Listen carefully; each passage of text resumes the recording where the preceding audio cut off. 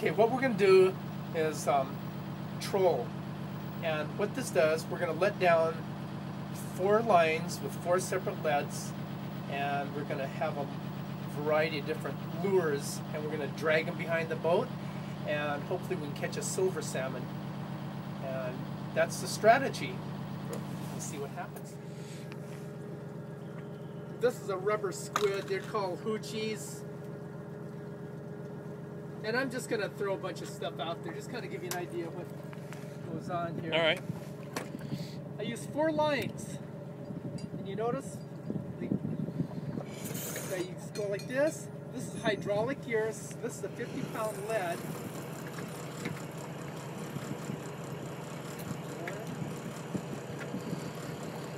And then I just keep adding gear out. 2, 3. This is 4 fathoms. They're separated by beads. I see. 5 fathoms, and that holds the spreads in. There's 6 fathoms, 7, 8, 9, 10, 11, 12,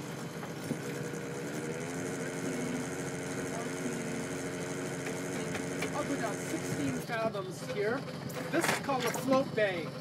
This enables you to spread your gear out. So this kind of shears out, and I'll explain as we do this. I'll let her back. 1, 3, 4,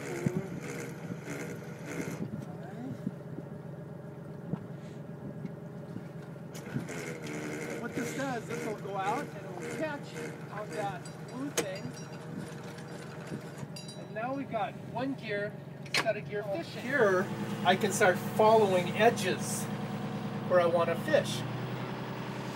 Like here's a contour line, but yet I can still get in there. And this is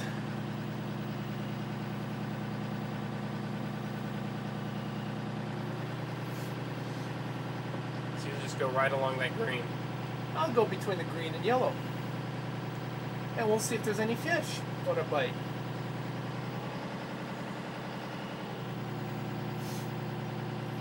We watch those springs. And when the fish bites, you'll see it jerking. You can hear bells ring. Oh yeah, you've got bells on each of those springs. Yeah, I like to hear bells. Yeah. Then probably adds to the excitement. Well, what happens when you're back in the back and you're gutting fish and you don't have time to look up and watch? So you hear, yeah, you hear a tinga tinga tinga. You say, okay, there's 1 fish, and then you're gutting along, tinga tinga tinga tinga tinga tinga. There's 2 or 3 fish. So you have an idea what you have on. See this place now. See where Noble Techs come in handy. See, here's a little. It shows this little yellow spot here. I can either go in here and brush it.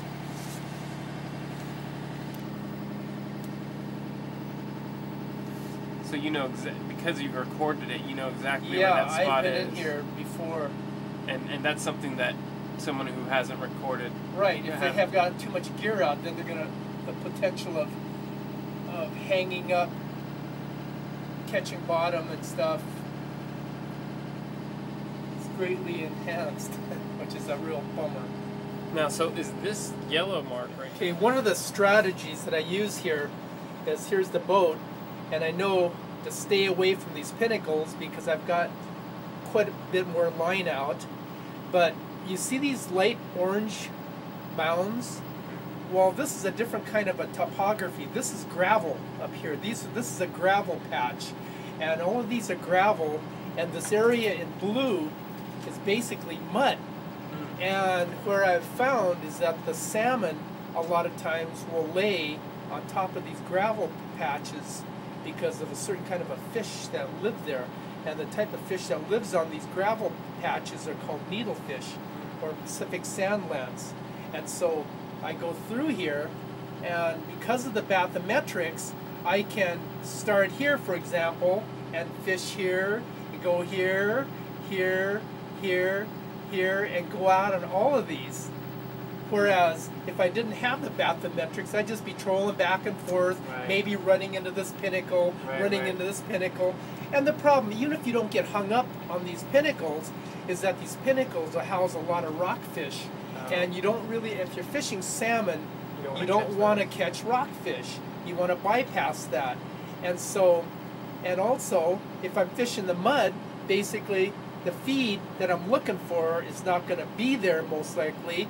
And so the chances of catching a fish going this way through the mud, I think, is decreased than going this way through the gravel.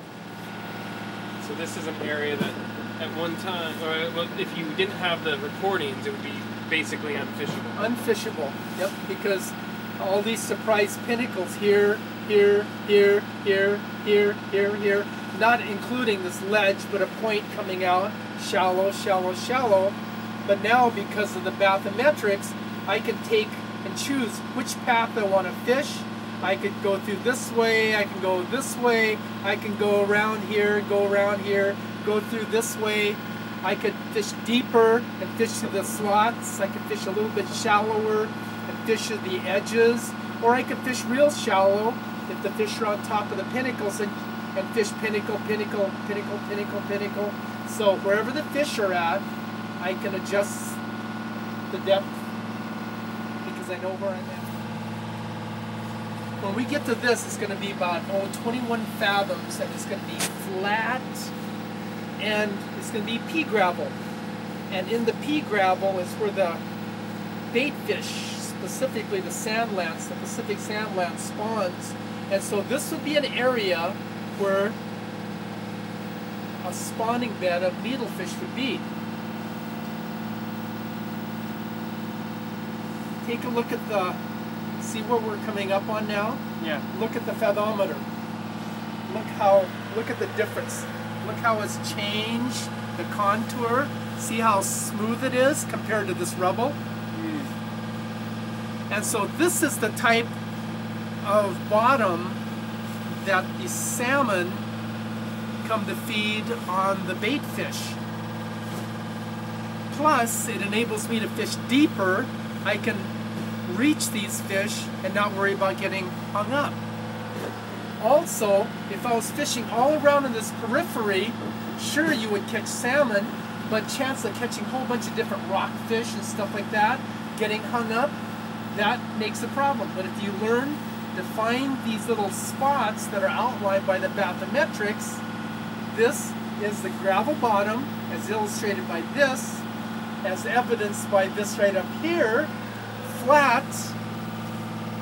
That's going to get you the possibility of catching more fish.